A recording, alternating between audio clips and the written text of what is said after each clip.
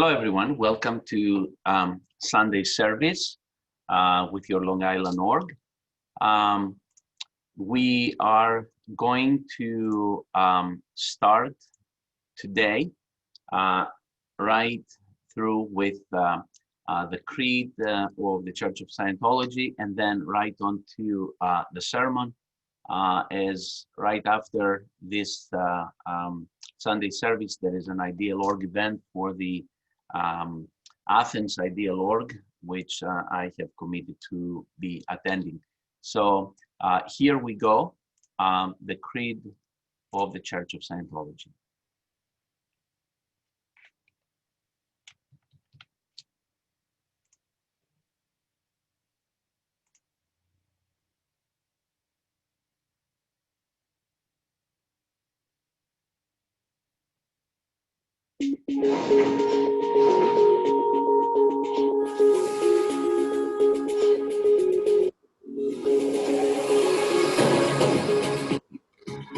We of the Church believe that all men of whatever race, color, or creed were created with equal rights. That all men have inalienable rights to their own religious practices and their performance. That all men have inalienable rights to their own lives. That all men have inalienable rights to their sanity.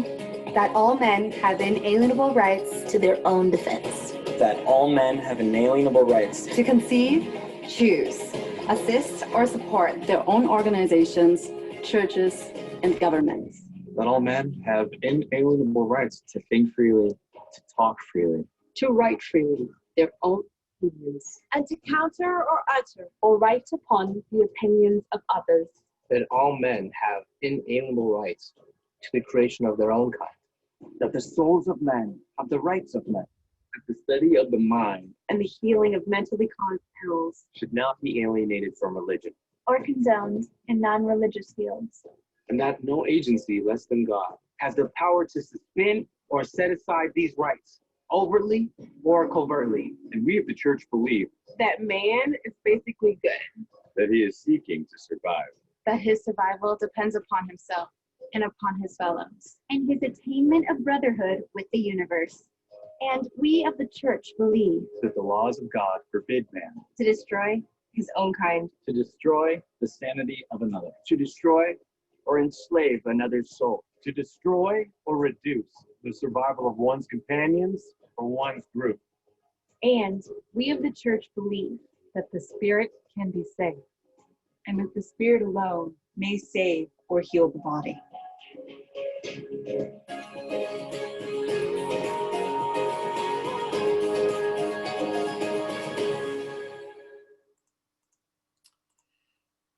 So today's sermon is entitled, How Not to Feel Victimized. Here is what LRH says.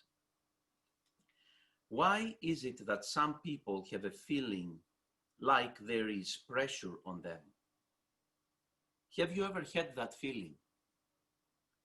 Did you ever feel, I'll give that again. Have you ever had that feeling? Have you ever felt driven? Did you ever feel that there was some corner of the perimeter around you into which you didn't quite dare look? Did you ever feel that life was dodging you? Now, this is a more outrageous question. Have you ever felt that you were victimized? The mechanism of how not to feel victimized is what we are going to take up right now, the motivator overt act sequence. The definition of a motivator is that which has happened to the person. The definition of an overt act is that which a person has done to somebody else. The reason we call it a motivator overt act sequence is because normally individuals feel that something happened to them and then they had to do something to somebody else because of it. And they express this in, I know I was awfully cruel, but I was totally justified. I know I had to shoot him, fire him, arrest him, scold him, bawl him out, and then he merited it. I didn't like chloroforming him. He'd been a good dog, but after he chewed up the rug. Get the idea?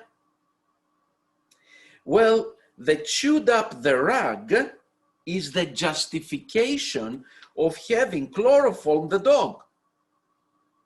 The overt act is chloroforming the dog, and the dog chewing up your rug is the motivator. Now there's another two sides to this situation. What about the situation where you did something to somebody without a motivator? What happens in that particular case is the individual does something and then he has to explain it. He goes out here and he shoots somebody or poisons somebody or divorces somebody, something like this, and then he has to explain it. Well, we don't suppose somebody here has ever done anything like that. But what have you done is much harder to answer than what has been done to you, always. What have you done is a much harder to answer than what has been done to you. Why is that? The individual explains to himself so hard why he has done everything that he eventually puts pressure on himself, you might say. He gets all sorts of odd mental reactions. He says consistently and continually, I have done that because all of this was done to me. And so he goes around wearing a lopsided head or a twisted car or a twisted ear or a bloody nose or something of the sort, saying, this is why I did it. And people are usually wanting explanations of why they did it.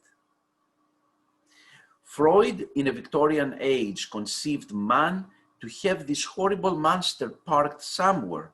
Maybe it was just under the left ear. And this horrible monster was all the time plotting, plotting, plotting, plotting, plotting.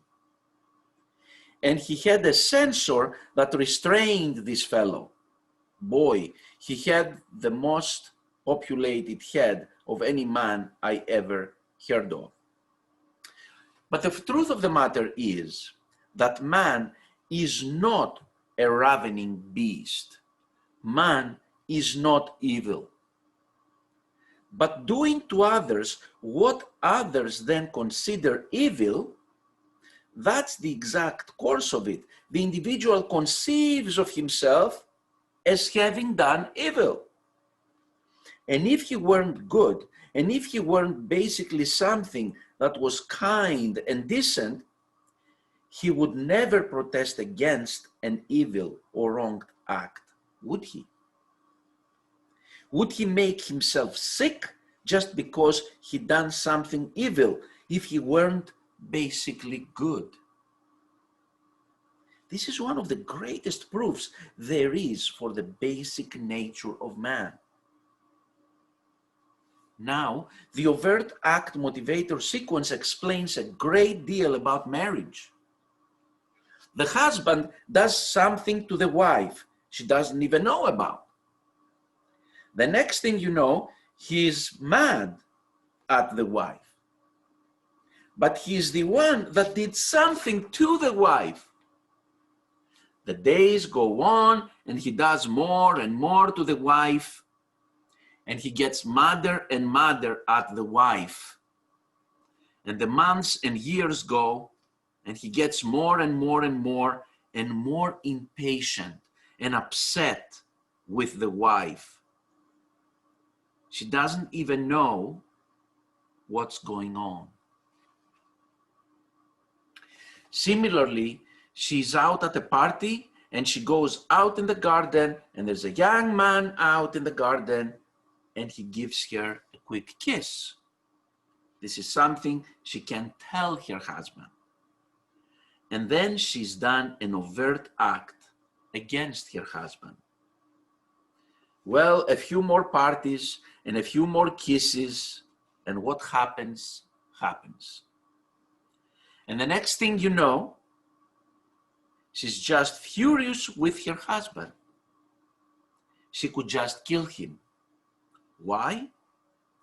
He doesn't give her any motivators is one of the best explanations. But the fact of the matter is, she just simply gets in a tearing fury against him. You'll find almost any marriage would clean up totally and completely, utterly, if you just cleaned up the motivators and overt acts. And you'll think the marital partner couldn't take it. The funny part of it is the marital partner probably knows all about it or something about it already. Now, where an individual is faced with a disintegrating personal relationship, it is true that he may not have the answer to it. It may lie totally with the other side. He may have no data on it at all. If the relationship is disintegrating and he honestly knows that he hasn't done anything to disintegrate it, then he must know one thing, that somebody is pulling an overt act against him consistently and continually that deteriorates the relationship. If he wants to repair the relationship, all he's got to do is get the person to tell him what they can't tell him, confess a few of the overt acts, clean them up. Or if he himself finds his relationship is disintegrating, actually all he has to do anywhere along the line is simply clean up the communication lines. Tell the person why he's so mad at the person. You say that would blow it all up, but the very funny thing is that it certainly never has. With this understanding comes the whole technology of keeping marriages together, keeping families together. Why do kids get so mad at their parents or the teens? They pull enough overt acts against them by the time they get into their teens that they're furious with them. The parents haven't done anything much to them. Anytime you permit the situation to become overbalanced in either direction, overt act, motivator sequence on either party, once you break the communication lines of any social relationship between these two, you then have a deteriorated personal relationship. And this is the only reason you have a deteriorated personal relationship with anyone, anywhere. Either you are pulling overt acts against them they don't know about, or they are pulling them against you that you don't know about. All you have to do is straighten it up, clean it up, and you've got it made. It's a wonderful feeling to be right with the world. You can learn how to straighten out any relationship simply by studying the Scientology handbook. By learning how to resolve conflicts, how to clean up overts, how to save a failing marriage, and more, you can accomplish miracles by the standards of today's troubled world. I decided to take up on this topic this morning because this morning walking my dog, I was stopped by my next door neighbor, where he kept me there, and I volunteered to talk for 45 minutes, talking about his wife and why they haven't been talking to each other for the past several days, and this and that. So I wish that he was a Scientologist. I wish that he was here to listen to this sermon. But basically, I kind of tried to give him a few pieces of this understanding, a few pieces of this knowledge in my communication with him, and I hope that it helped him. And definitely, I see this so applicable in today's world, where there is so much blaming that goes around, and so much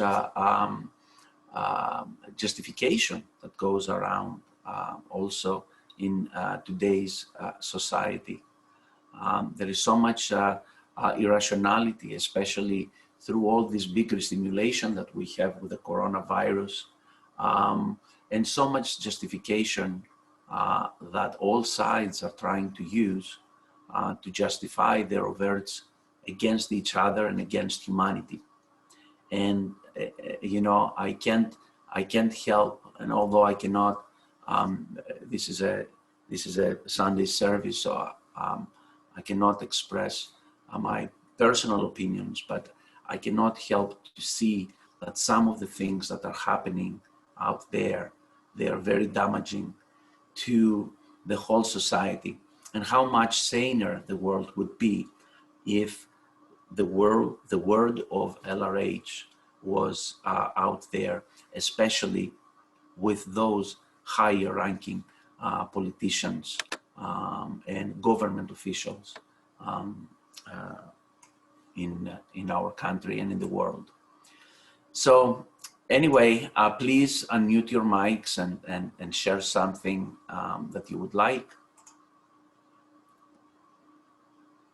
You can go ahead. Anyone would like to say something about today's sermon?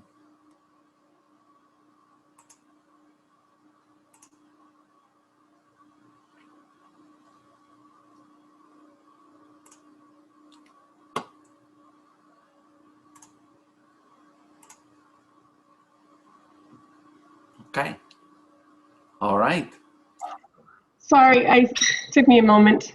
Okay. So it's an interesting thing. I know he talks about, a lot of that was about husband and wife and families, but I actually had a client one time who had his partner just up and leave one day and went on like a rampage, and I just had to give him all this data so that he would not freak out, basically, thinking that he had done something wrong.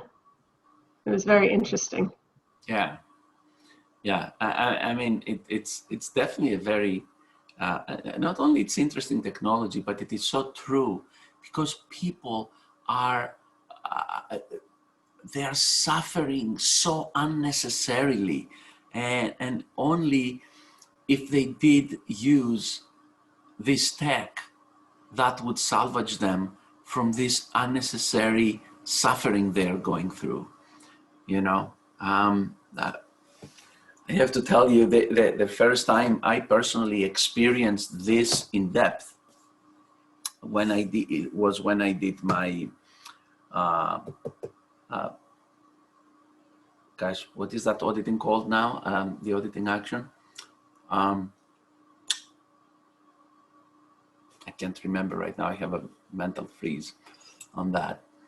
But anyway, during one of my auditing actions, I really handled this very much, and it was a big eye-opener. Okay, anybody else would like to share something?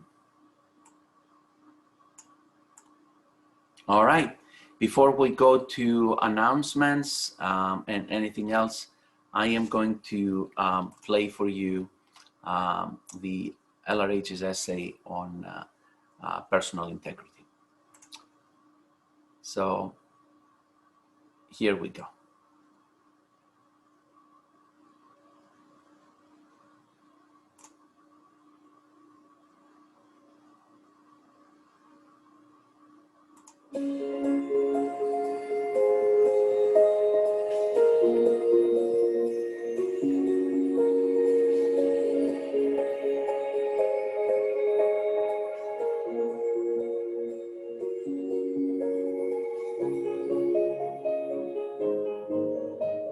What is true for you is what you have observed yourself.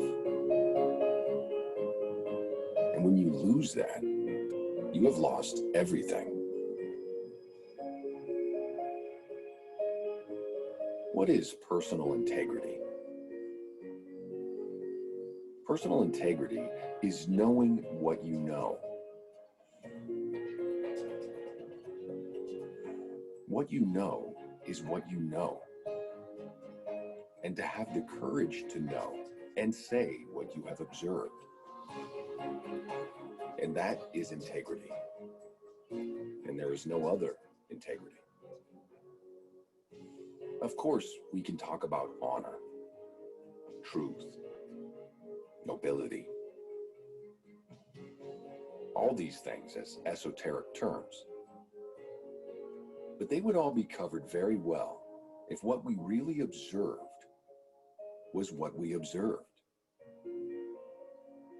That we took care to observe what we were observing. That we always observed to observe. And not necessarily maintaining a skeptical attitude, a critical attitude, or an open mind. Not necessarily maintaining these things at all. But certainly maintaining sufficient personal integrity and sufficient personal belief and confidence in self and courage that we can observe what we observe and say what we have observed.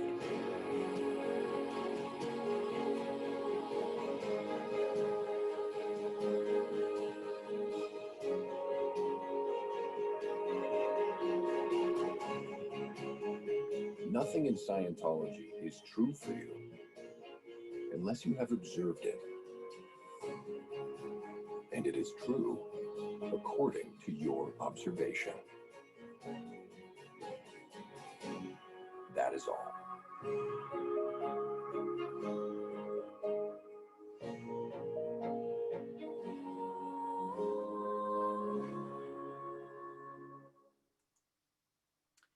So, and now in terms of announcements, the event that was scheduled for the 27th has been postponed at this point to a new date that we will let you know. And any other announcements also on Monday, tomorrow, right through, we're going to start with the OT committee meeting, and immediately after, we're going to get through to a very special briefing from international management. It's a very confidential briefing. You have to have a password. I think, Wendy, it will be the password of the regular meeting or a different password? It'll be a password for the meeting because it's going to be on the same platform, and I will be texting that out to everybody. Okay. But apparently this is, Wendy, do you want to mention a little bit about the briefing? So it's basically part of the OT committee meeting, but the fact is that this particular briefing has to do with what is happening in our society and the impacts for us as Scientologists and the things that we as Scientologists can do about it. But it's more in-depth briefing than most of us have had in a long time. And it was originally for Sea Org, and they are now exporting it out to staff and OT committees. But they want specifically OT committee members or potential OT committee members, and of course staff to come to this. Okay, very good. So let's reach out to people and let them know about that and get them to attend tomorrow's OT committee meeting sharp at 6:30 p.m. Wendy, do we have any other announcements from your side? Yeah, well, we have this coming Saturday, the 26th, is the Flag Coast to Coast Part 2. That is similar to a Flag World Tour, of course, but it's obviously being done for the entire U.S. And then we are, of course, the fact of the matter is, if you have services that you need to purchase at the org, now is the best time to go ahead and do that. And we are, of course, working on building our ideal org. And just as a note for us, because a lot of us have been in many events with New Haven, there was the All USA Ideal Org event where there was a game and the top org would get 750,000 flags. And New Haven pushed really, really hard, and they made it as the top org, so they will win that prize. Yay! That's awesome. So, yeah. And I got a phone call from Noelle on Thursday morning. Basically, she said that getting that money is like doing 40 Ideal Org events for them. So. This is fantastic. Very, very good. Very good. Excellent. And do we have any announcements from the org? I think we have with us Norm. I saw some other people earlier. Okay. I'm sure the org I do know that the org, one of the things that I spoke to Mitch yesterday, and one of the things that they are looking for, if you haven't already confirmed for the graduation when they reopen, please do confirm. That is, unfortunately, I know it's like, we don't know when it's going to be, but that is one of the things, is that they have to have a bunch of confirms for that in order for the org to get okay to open. So if you haven't already confirmed for that, please do contact someone at the org and confirm for that. Okay, that's awesome. Hi, Jimmy. John Foley. John. How you doing? Good, good, thank you. Good. I just wanted to say, as far as the org is concerned, we have some physical things that we actually have to finish up before the org opens as well. Like we have a wall that we're rebuilding, a window we're replacing, things like that. Tiles to be replaced, number of things. And, I'm a states manager now, so I'm going to be taking care of those things. Fantastic. Very, very well done, John. And thank you for everything you guys are doing there. Well, thank you too. Okay, you're welcome. Awesome. All right. Anybody else would like to say something? Okay. All right. All right then. Here is the prayer for total freedom. May the author of the universe enable all men to reach an understanding of their spiritual nature. May awareness and understanding of life expand so that all may come to know the author of the universe. And may others also reach this understanding which brings total freedom. At this time, we think of those whose liberty is threatened, of those who have suffered imprisonment for their beliefs, of those who are enslaved or martyred, and for all those who are brutalized, trapped, or attacked.